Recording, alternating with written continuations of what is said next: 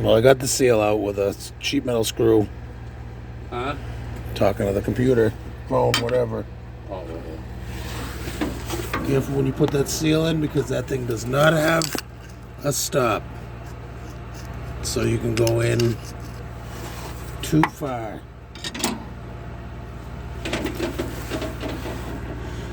So I'm going to put that in with the little sleeve so it's facing right. I got the right tool, a socket that fits over perfectly, and here we go.